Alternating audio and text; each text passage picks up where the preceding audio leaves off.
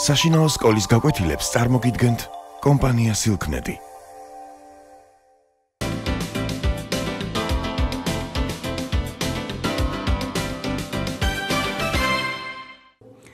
მოგესალმებით.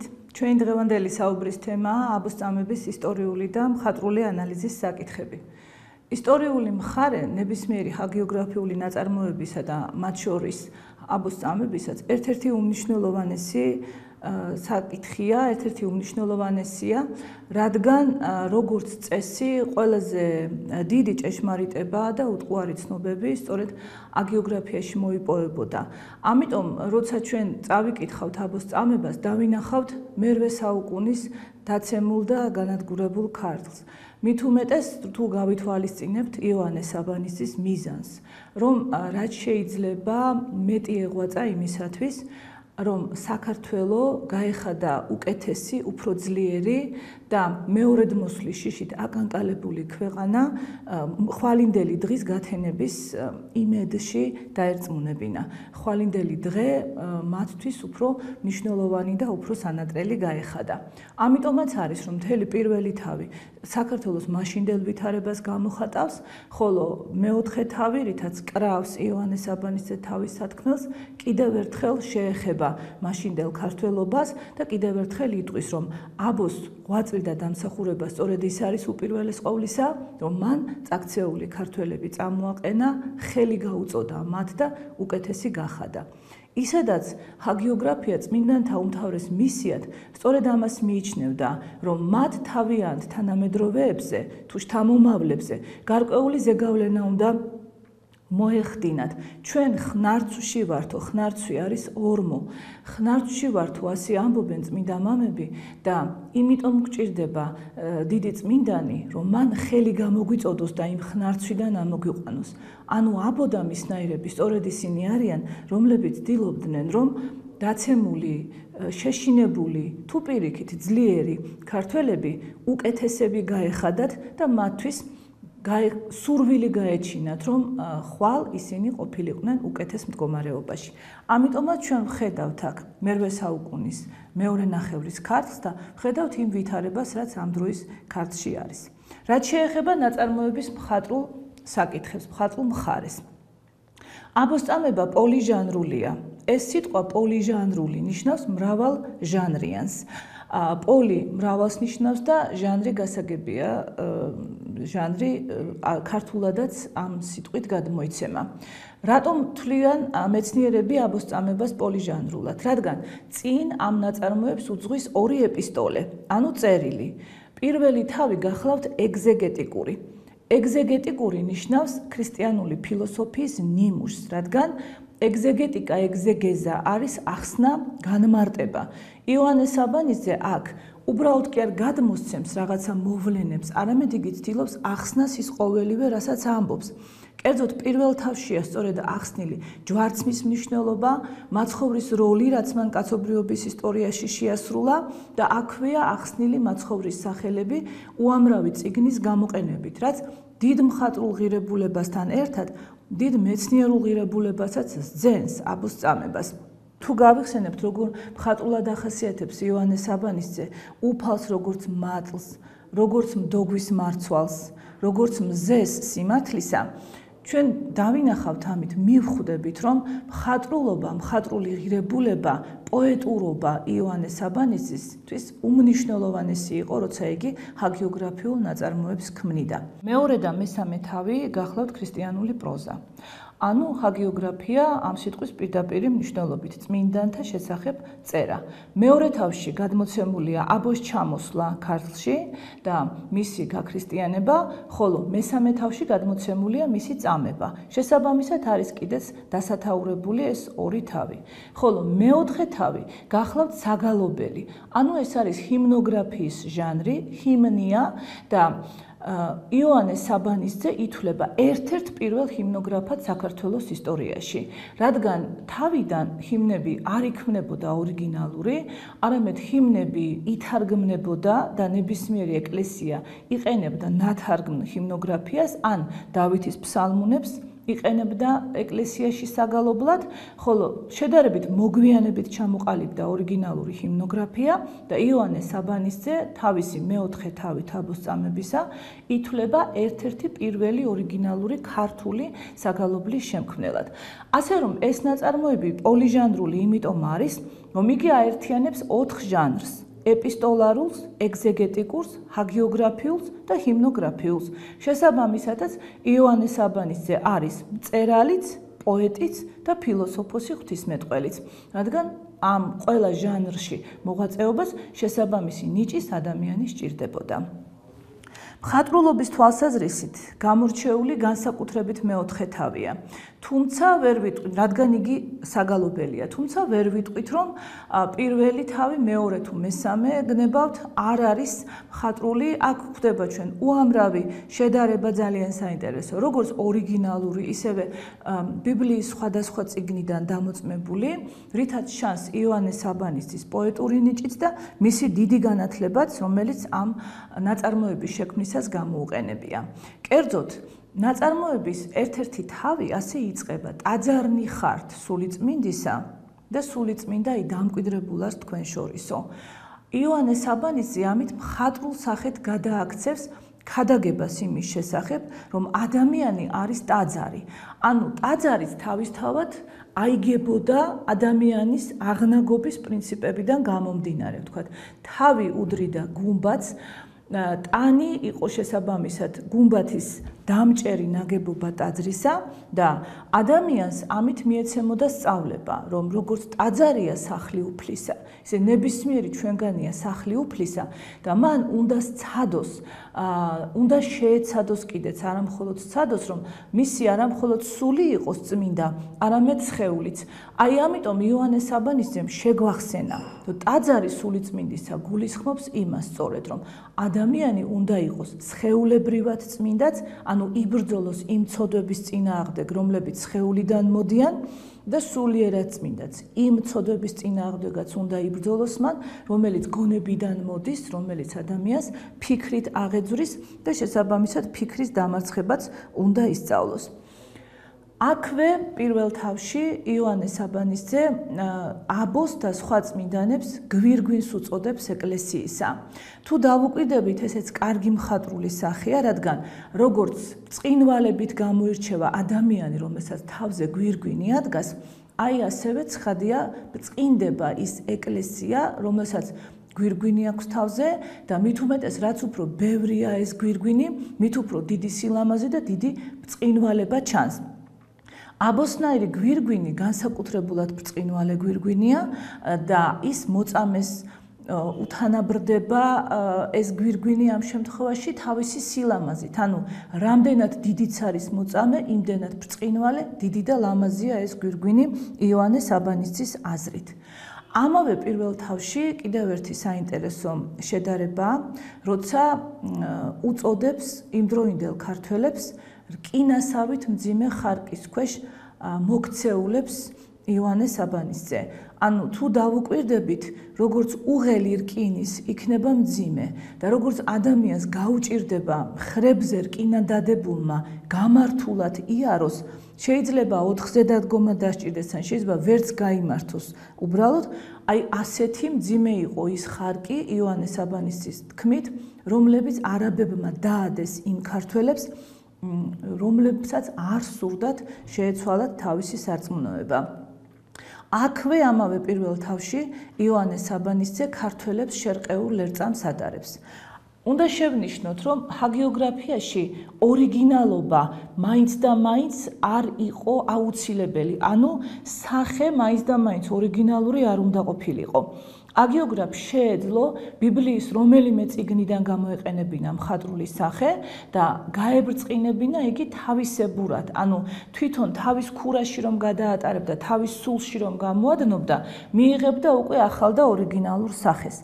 აი როცა მან თქვა ქართველებს, რომ ირყევიან ვითარცა ლერწამნი ქართა განძლიერთა, ეს ორიგინალური სახე არ გახლავთ. იმიტომ რომ პირველად ანალოგიური სახე გამოიყენა დავით წინასწარმეტყველმა 82 ფსალმუსში. როცა მან ასეთი რამ თქვა: ღმერთო ჩემო, ყვენ იგინი ვითარცა ურმის თვალი და ვითარცა ლერწამი პირსა ქარისასა. ანუ როცა იგი ლაპარაკობდა მტერზე, შეადარა ისინი ქარის წინაშე მდგომარე ლერწამს, რადგან ლერწამი ისეთი ბალახია, რომელსაც ქარი რომ წამოუბერავს, მიწაზე წვება, ისე იგი მთლიანად იხრება და შემდგომში უკვე ეს წინადადება გადავიდა სახარებაში. სახარებაში ასე ვკითხულობთ, რა ისა გამოხვედ უდაბნო თხილვად, ლერწმისა ქარისაგან შერყეულისა? ეს გახლავთ უკვე იოანე ნათლისმცემლის მიერ ნათქვამი და თუ დავაკვირდებით ლერწმისა ქარისაგან შერყეულისა უკვე ძალიან დიდად უკავშირდება შიშითა განილებიან და ირყევიან ვითარცა ლერწამნი ქარისაგან ძლიერისა, ხო? იმიტომ რომ ეს ფრაზა პირველად თქვა იოანე ნათლისმცემელმა სახარებაში და მან ადამიანები თავისი ურწმუნოების გამო შეადარა ლერწამს, რომელიც ქარისგან არიან შერყეულნი. აი სწორედ ასე იქცევა იოანე საბანისძეც. როცა იგი ამბობს, რომ ქართველნი განილებიან და ირყევიან ვითარცა ლერწამნი ქართაგან ძლიერთა, ეს ფრაზა უფრო მეტად ახლოა სახარების ფრაზასთან, ვიდრე დავით წინასწარმეტყველის ფრაზასთან 82 ფსალმუნიდან.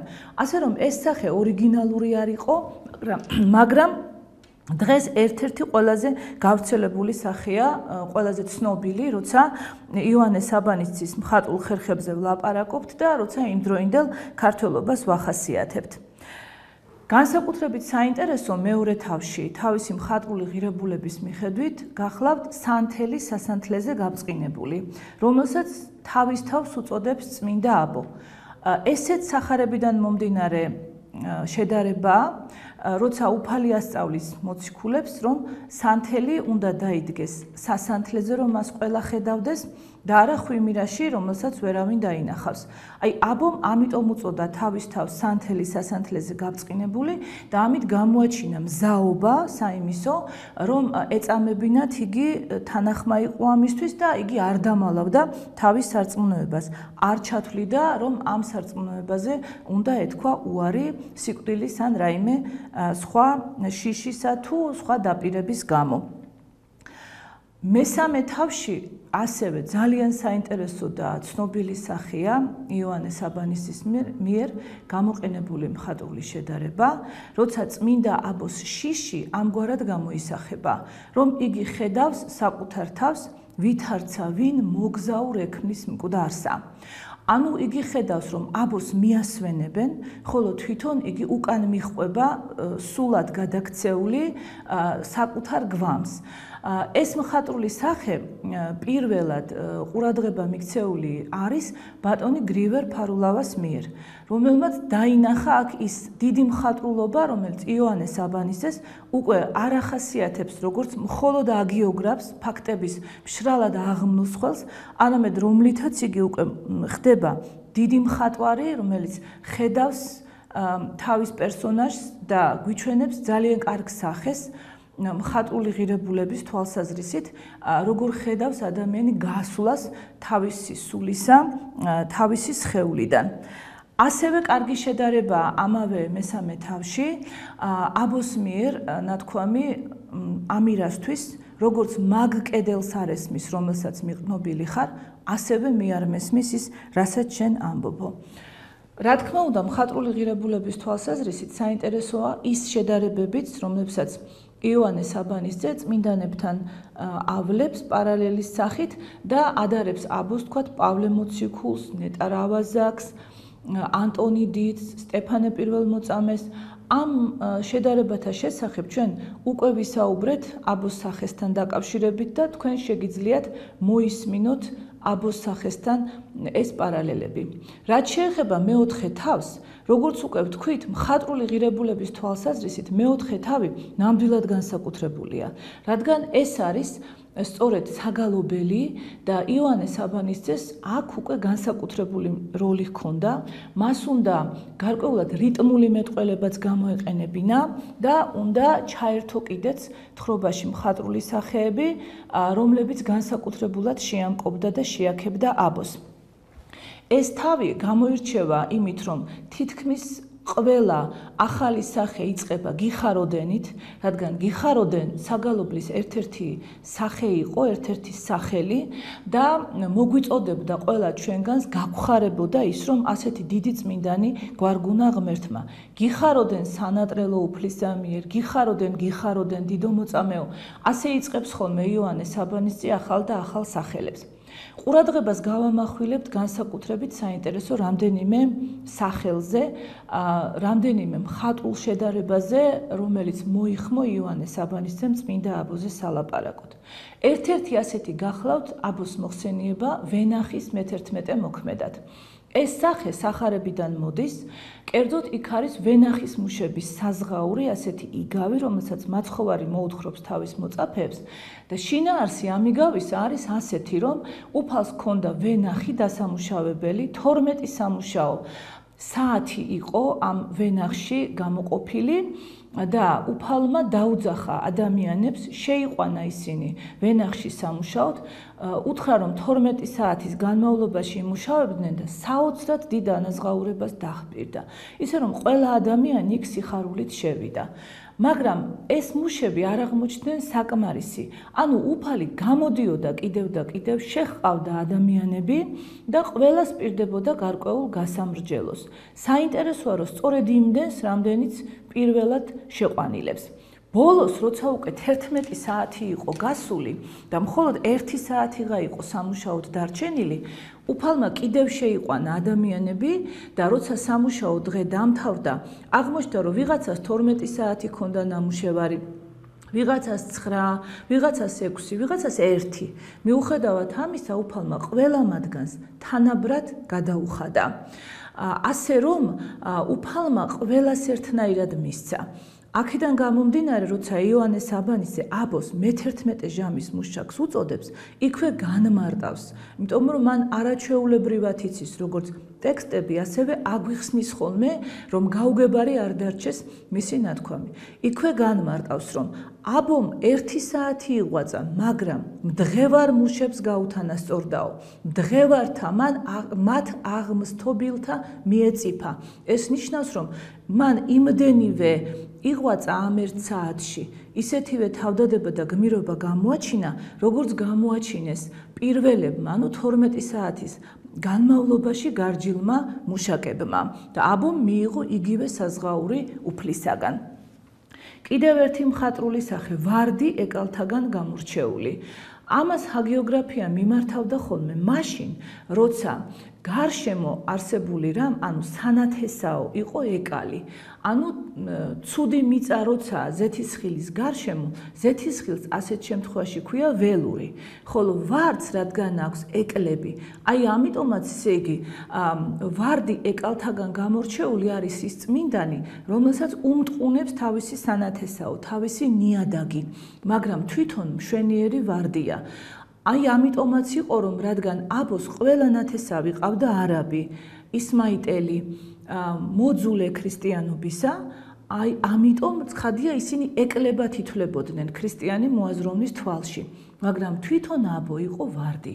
ამ ეკლებიდან სურნელით თუ თავისი ფორმით, სილამაზით გამორჩეული. ასეთივე სახეა წეღან-ნახსენები ველური ზეთისხილი. მასაც უწოდებს იოანე საბანისძე წმინდა აბოს, რადგან ველურ ზეთისხილს უკვე უმტყუნებს ნიადაგი, რომელშიც ის დგას და ვთქვათ, ნაყოფსავსე ზეთისხილისგან ველური ზეთისხილი იმით განირჩევა, რომ ნაყოფსავსე ზეთისხილს აქვს მშვენიერი ნიადაგი, ხოლო ველურ ზეთისხილს ცუდ ნიადაგზე მოსულს უწევს, რომ ეს ნიადაგიც გააკეთილშობილოს და თვითონ გამოიღოს ნაყოფი. აი სწორედ ასეთია იოანე საბანისძის აზრით აბო. და როცა ჩვენ გვაუწყებს როგორი ძვირფასია აბო უფლის თვალში, იგი გვეუბნება, რომ აბო ველური ზეთისხილი უფალმა ამოგლიჯა არაბეთიდან და თავის 64-ის ბაღში გადმორგაო. ასევე ეს იყო ვარდი, რომლებიც ეკლებიდან ამოარჩია და უეკლო ვარდად გადააქცია. ანუ ამით ის ამბობს, რომ აბოს თავისი წარმომავლობა თუ თავისი ნათესაობა ვერ უშლის ხელს უფლის წყალობით და იგი ხდება ვარდიშვენიერი, იგი ხდება ზეთისხილი ნაყოფსავსე, რადგან მას აქვს ისეთი გული, რომლის გამოც უფალი არ ღალატობს მას და უფალი ცდილობს, რომ გამოარჩიოს იგი, როგორც მას ეკუთვნის. კიდევ ერთი მხატვრული სახე ძალიან საინტერესო მეოთხე თავში. წმინდა აბოს იოანე საბანისძე საკმეველს უწოდებს. საკმეველი მოიკმეოდა იმ ადგილას, სადაც უფალს უნდა გამოევლო. ანუ ჩვენ შეიძლება საკმეველს უფლის მომყვანი ვუწოდოთ, უფლის მომყვანი. და იგი განწმენს იმ გზას, რომელზეც უფალმა უნდა გამოიაროს. რადგან აბო დაიწვა, რადგან მისი სიკვდილი დაწვასთან არის დაკავშირებული, აი ამიტომ იოანე საბანისძემ ჩათვალა, რომ წმინდა აბო გახდა წმინდა საკმეველი, რომელმაც დაცემული და განადგურებული ქართლი უწმინდეს საკურთხევლად გადააქცია. რადგან უფალი საკურთხეველში მოდის, საკმეველი პირველად საკურთხეველში მოიკმევა და შემდეგ მოიკმევა ტაძარში. და აბო იმდენად დიდი საკმეველი იყო იოანე საბანისძის აზრით, რომ მან მთელი ქართლი გადააქცია უფლის წმინდა ტაძრად. აი აქ უკვე უფალი მოვიდოდა. ეს იყო საკურთხეველი დიდი მამების, საკურთხეველი დიდი წმინდანების, აბრაამის, აარონის ასახელებს იგი, ზაქარიასი, ანუ იმ დიდი მსოფლიო მნიშვნელობის უზარმაზარი მამების, რომელთა საშუალებითაც, რომელთა გზითაც განიწმინდა საქართველო და საქართველო გახდა ასეთი დიდი საკურთხეველი, რომლებზეც ეს მამებიც მოვიდოდნენ და უფალიც აქაურობას უკვე წმინდა მიწად ჩათვლიდა. ასე რომ ამ მხატვრული ხერხებით, რომლებიც გამოიყენა იოანე საბანისძემ აბოს წამებაში, მან დიდი წმინდანის სახეთ შექმნა და ძალიან საინტერესო ჰაგიოგრაფიული ჟანრის ნაწარმოებიც. მადლობა ყურადღებისთვის.